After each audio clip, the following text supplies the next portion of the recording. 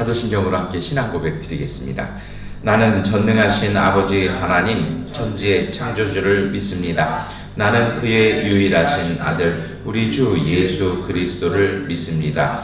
그는 성령으로 잉태되어 동정녀 마리아에게서 나시고 본디오 빌라도에게 고난을 받아 십자가에 못 박혀 죽으시고 장사된 지 사흘 만에 죽은 자 가운데서 다시 살아나셨으며 하늘에 오르시어 아버지 하나님 우편에 앉아 계시다가 거기로부터 살아있는 자와 죽은 자를 심판하러 오십니다. 성령을 믿으며 거룩한 공교회와 성도의 교제와 죄를 용서받는 것과 몸의 부활과 영생을 믿습니다. 아멘. 찬송가 91장 찬송 드리겠습니다. 슬픈 마음 있는 사람 예수 이름 믿으면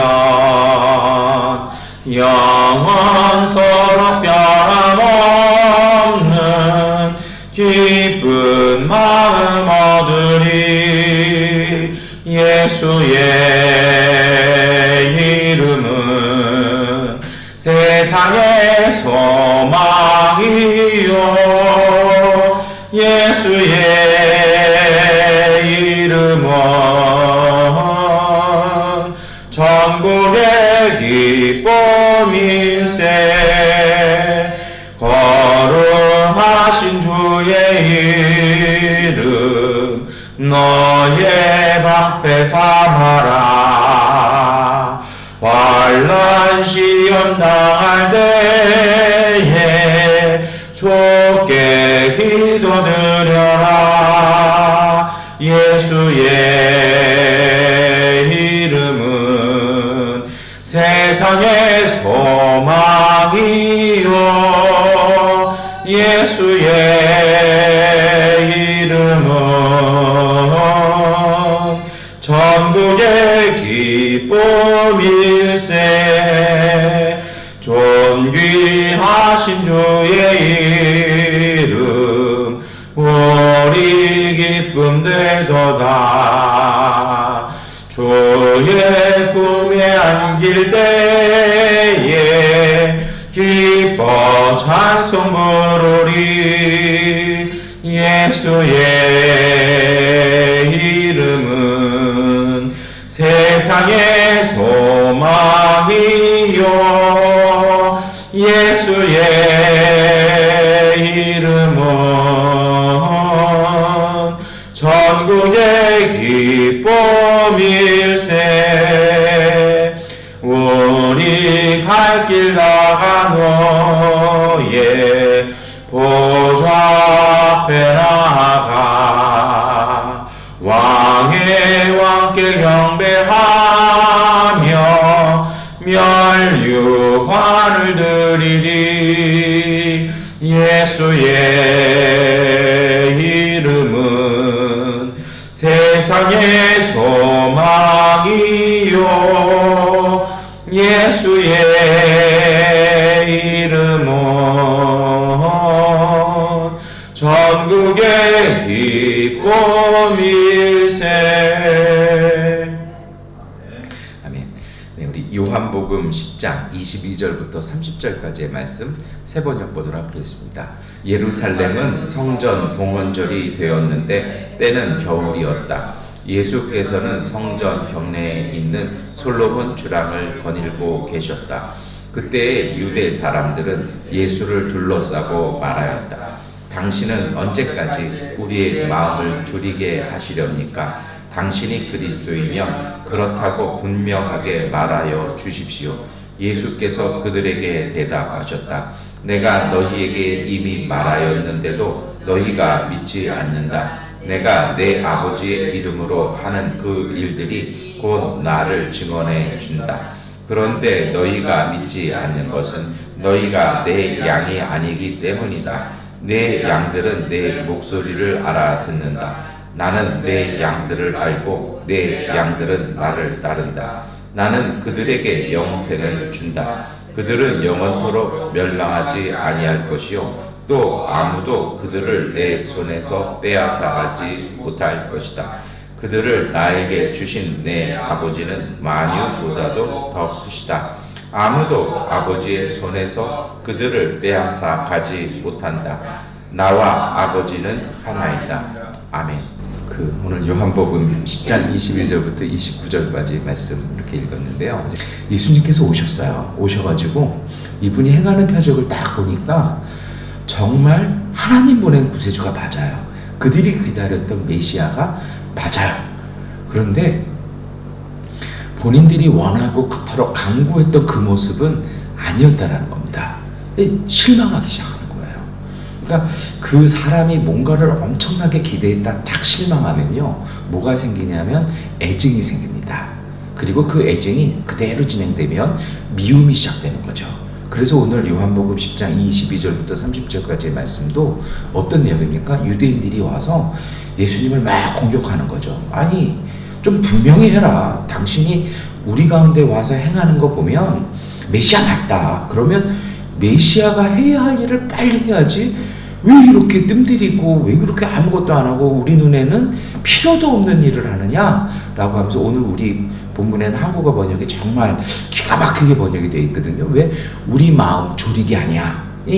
좀 쉬운 표현으로 왜 애간장타게 만드냐? 할 것 같이 하면서 왜 진도도 안 나가고 왜 엉뚱한 짓만 하고 시간만 낭비하고 있고 쓸모없는 사람들만 만나고 있냐? 이제 이런 논쟁이 딱 벌어지는 거죠.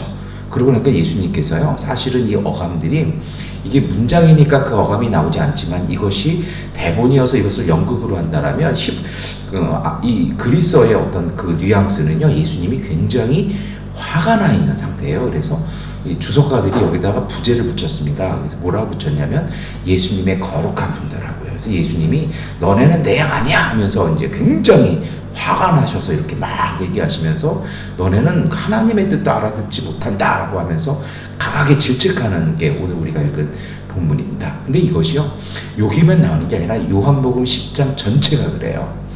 그 10장 처음부터 무슨 얘기가 나오냐면 예수님께서도 오늘 우리가 읽은 본문에도 양의 얘기가 나옵니다만 10장 처음부터 와요. 양들은 목자의 음성을 알아듣는다. 왜냐하면 따르기 때문이라는 것이죠. 그래서 목자의 음성을 알아서 양들은요, 목자가 원하는 대로 한다라는 얘기를 계속 하세요. 그러다가 중간에 그 말씀 22절 나오기 전까지는요, 유대인들이 그 말 딱 듣고 뭐라고 그러냐면 저 사람 귀신 들린 게 분명해. 하나님 메시아 아니야. 저거 귀신 들린 거야 라고 하면서 막 폄하하기 시작합니다. 그러고 나서 또 뭐라고 얘기를 하는 겁니까? 당신이 하는 이 일들, 그 능력 봐서는 메시아 맞는데 우리가 그렇게까지 당신 이렇게 막 모욕을 줘가면서까지 그 일을 하도록 푸시하는데 왜 하냐라는 겁니다. 특별히 오늘 이 22절은요, 요 시기를 얘기하잖아요. 이게 성전 봉헌절이라고 되어 있거든요. 이 성전 봉헌절이 이제 한옥화라고 해서 이게 어떤 의미냐면 성전을 빼앗기고 국가를 빼앗겼죠. 그리고 포로로에서 돌아왔습니다. 그랬더니 완전히 좀 해방이 안 됐어요. 페르시아를 억눌렀던 그리스 세력이 그 성전을요 모욕하기 시작해요. 그래서 그리스의 마케도니아의 그 세력들이 와서 그 예루살렘 성전에다가 유대인들이 그토록 혐오하는 돼지고기를 걸어두고 거기서 그리스 신들에게 제사를 지내는 막 이런 일들이 벌어집니다. 유대인들이 가만히 안 있죠. 그래서 전쟁을 벌여요. 그래서 오랜 기간 독립전쟁을 통해서 예루살렘 성전을 탈취하고 이렇게 뺏어옵니다. 그러면서 그리스 세력과 어떤 타협을 맺냐면 우리가 정치적으로는 복잡하되 종교적으로는 우리의 자유, 이 예루살렘 성전에 대해서 핍박하지 마라 하면서 이거를 협정을 맺습니다. 그래서 그 성전을 완전히 회복해서 성전을 깨끗하게 만들었다고 해서 그것을 굉장히 큰 명절로 지냈습니다. 그러니까 어떻게 보면은 이게 미완의 사건이었거든요. 종교적으로는 자유를 얻었지만 정치적으로는 자유를 얻지 못해서 메시아가 오면 이거 할 것이다라는 그런 믿음이 있었습니다.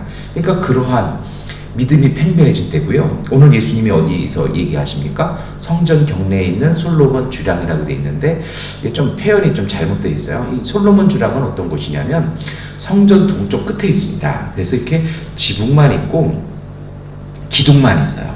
이게 종교 양식에서 뭐냐면요, 어떤 사람들이든지 와서 이야기를 나눌 수 있는 곳입니다.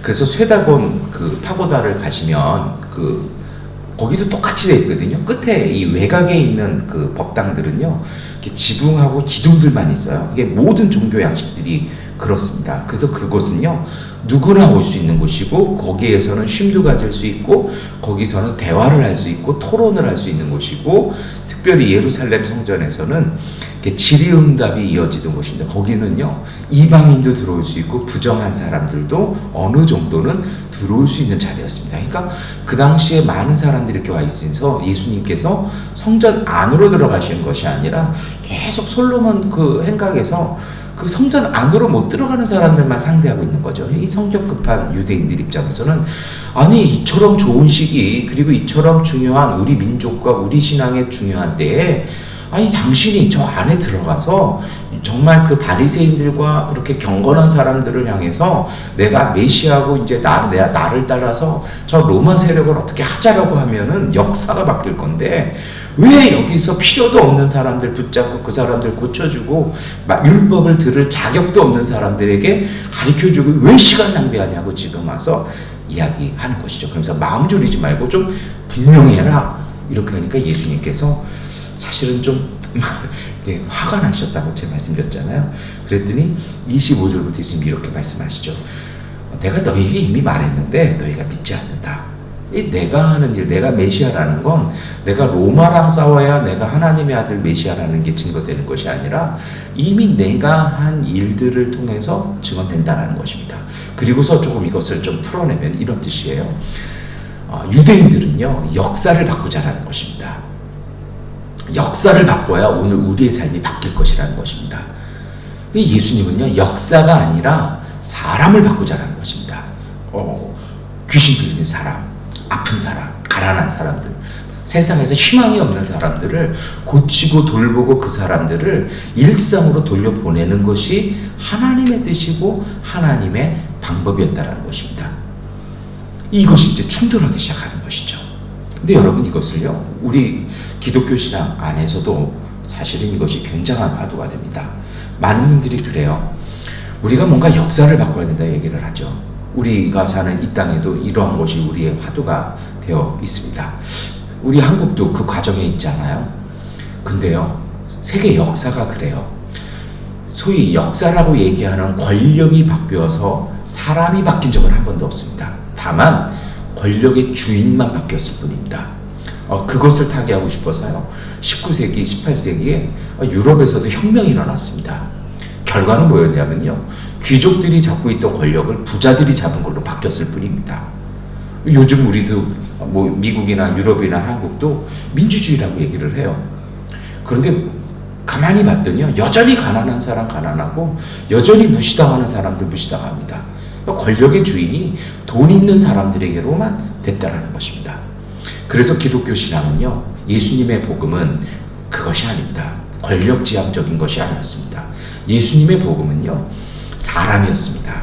하나님의 자녀가 그 속에서 생명을 가지고 자신의 일상을 건강하게 살 수 있다라면 역사가 바뀔 것이라는 겁니다. 사람이 바뀌어야 역사가 바뀐다라는 것입니다. 그래서 예수님은 어떻게 하십니까? 아픈 사람들을 치료해 주시고 귀신 들린 사람들을 고쳐주시고 문둥병 걸려서 부정한 사람들을 회복시키셔서 그들의 일상 가운데로 돌려보내십니다. 그것을 통해서 사회가 바뀔 것이라는 것입니다. 이것이요, 우리가 믿는 복음입니다. 교회 역사가 그래요. 로마 제국을 향해서요, 유대교는요, 저항했습니다. 그래서 전쟁을 벌이죠. 근데 아이러니컬하게도 기독교인들은요, 로마와 전쟁을 벌이지 않았습니다. 오히려 그 체제 아래서 그들은 정말 삶을 열심히 살면서 자기 주변에 가난한 사람들, 때로는 흉년이 들어서 어려움 당하고 있는 동족들을 돕기 시작했습니다. 그러다 보니까 유대교로부터 비난도 들었고 저주까지 받았습니다. 영원한 저주의 기도문을 그들의 회당 예배 속에서 지금도 13번째의 기도문을 통해서 기독교를 향한 배신자들을 향한 기도문이 외워지고 있습니다. 그런데 참 놀라운 게 있어요. 유대교는 로마와 전쟁을 변해서 수많은 사람들의 생명이 사라졌고 그들의 땅에서 쫓겨나야 했습니다. 유대인이란 이름으로 로마가 다스리는 모든 땅에서 사는 것이 괴로움 속에서 살아야 됐고, 로마 제국의 그 뒤를 이은 유럽 땅에서는요, 유대인이 경멸의 대상이어야만 했습니다. 그런데 기독교 신앙은요, 그 제국 안에서 정치적인 길이 아니라 자신의 삶을 건강하게 살면서 주변을 돌보아주는 예수의 삶을 살았습니다. 100년, 200년 동안은 기독교는 로마에 의해서요, 극심한 탄압을 받았습니다. 근데 그 극심한 탄압이 종교적인 것이 아니었습니다. 그 기독교 신앙을 갖고 있는 그리스도인들이 옆에 있는 사람들, 가난한 사람들, 제국 내에서 힘든 사람들을 돕다 보니까 제국의 이미지가 나빠지기 시작한다는 것입니다. 저 사람들은 저렇게 하는데 도대체 제국은 무엇이냐, 무엇하고 있고 황제는 무엇하냐라고 황제의 권위가 떨어지니까 기독교를 핍박한 것이었습니다. 그리고 300년이 지나가자 그렇게 죽였는데, 그렇게 핍박하고 그렇게 불태웠는데, 그렇게 땅에 묻어버렸는데 그 기독교 신앙은 사라진 것이 아니라 오히려 로마 제국의 신앙이 되어버렸고 그것이 유럽 전체로 확산되어지기 시작했습니다. 여러분, 이것이 예수님의 뜻이고 하나님의 우리에게 주신 사랑이었습니다. 그런데요, 가끔 우리의 신앙이 잘못 생각할 때가 있습니다. 자꾸 기독교가 정당을 만들어서 기독교 국가를 만들어야 되고 기독교 국회의원을 만들어야 되고 기독교가 권력을 잡아야 이 땅에 평화가 온다는 말도 안 되는 이야기를 하는 사람들이 많이 있습니다. 우리나라 역사가 증명하잖아요. 묘한 얘기지만 장로가 대통령 되면 한 번도 제대로 끝나본 적이 없는 게 우리 현실 아닙니까? 왜요? 표 얻으려고 기독교인 된 것이죠. 놀랍게도 그들의 부인들은 하나같이 불교에 가서도 또 불교표 얻어오더라고요. 예수님은 거기에 대해서 얘기하는 것입니다. 권력을 지향하는, 그리고 폭력을 통해서 뭔가를 하려는 너희는 내 양 아니라는 것입니다. 내 양은 목자 임성하라 된다는 것입니다. 정말 하나님의 말씀을 간구하고 하나님을 믿는 사람들은요, 하나님의 뜻을 알 것이라는 것입니다. 그들은 목자가 인도하는 대로 따라갈 것이라는 것입니다. 그런데 그 양들이 와서 목자를 협박하고 그 양들이 가고 싶은 곳으로 목자를 억지로 끌고 간다면 그건 잘못된 것이라는 것입니다.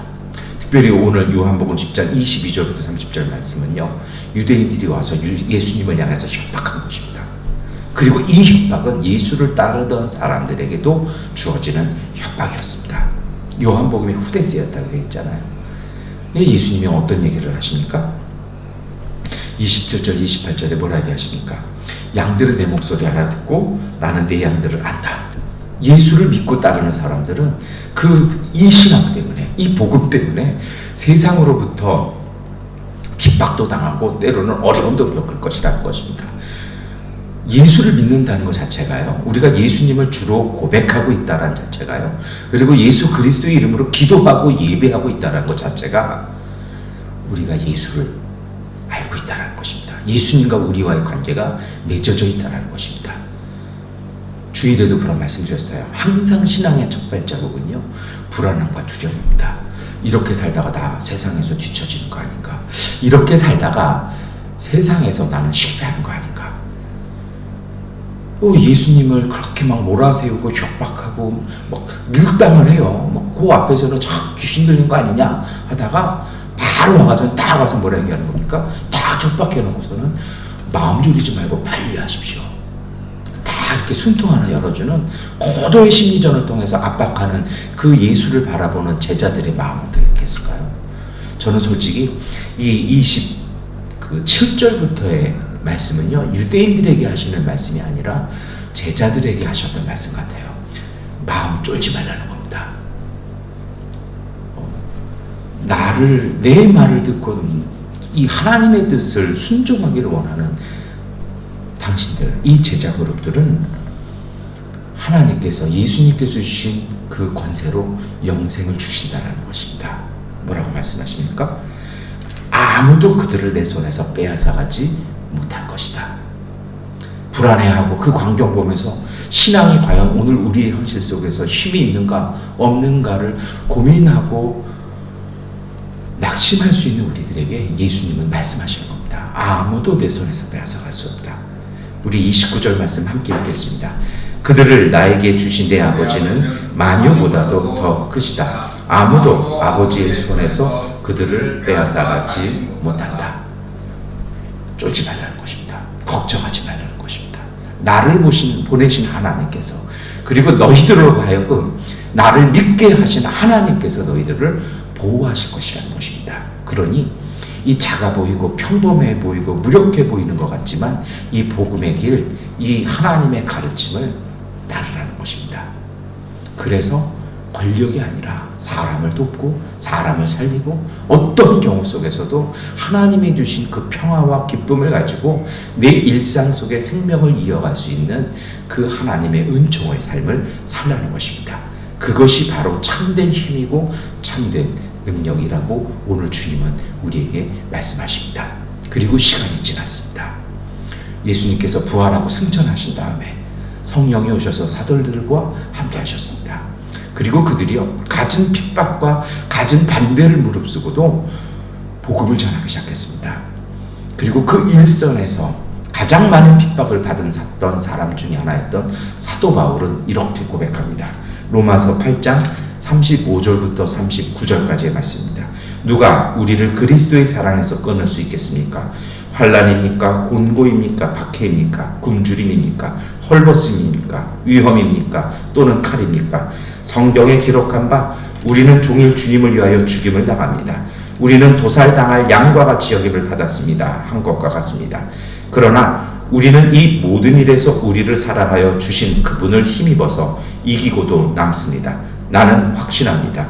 죽음도 삶도 천사들도 권세자들도 현재일도 장래일도 능력도 높음도 깊음도 그 밖에 어떤 피조물도 우리를 우리 주 예수 그리스도 안에 있는 하나님의 사랑에서 끊을 수 없습니다. 이것이 사도들의 고백이었고요, 복음의 길을 걸어가며 복음 전했던 사람들의 고백이었습니다. 곤란이나 핍박이나 어려움이 아니라 그보다 더 강하고 힘이 있는 하나님의 능력, 하나님의 사랑이 우리에게 삶 속에서 승리와 우리에게 감사와 영광된 삶을 살게 하실 것이라는 것입니다. 오늘 우리가 살아가는 삶 속에서 흔들리지 아니하고 예수 그리스도의 복음의 가르침을 우리의 삶에 채워가시기를 축원합니다. 오늘 우리의 작아 보이는 일상 속에 정말 사람들을 돕고 내 삶을 생명력 있게, 내 일상을 건강하게 만드시기를 축원합니다. 그 주님의 사랑이 그 가운데 역사하셔서 어떠한 어려움과 곤란 속에서도 하나님께서는 생명의 열매 거두게 하실 것입니다. 기도하겠습니다. 전능하신 아버지 하나님, 우리가 거창한 구호나 사람들의 이야기나 정치인들의 이야기나 정치적인 구호가 아니라 오늘 우리의 일상을 잘 돌보게 하여 주옵소서. 세상에서 그것이 때로 소심해 보이고 때로는 미련해 보인다 할지라도 주님, 우리의 일상, 하나님께서 우리에게 맡겨주신 일상을 열심히 살아 하나님, 그 열심으로 얻어진 그 힘과 은총들로 우리의 이웃들을 살리는 삶을 살게 하여 주옵소서. 우리가 그렇게 살아갈 때 주님의 은총과 능력을 통해 이 땅에 하나님의 평화가 임하는 것임을 믿게 하여 주옵소서. 때로는 불안합니다. 때로는 두렵습니다.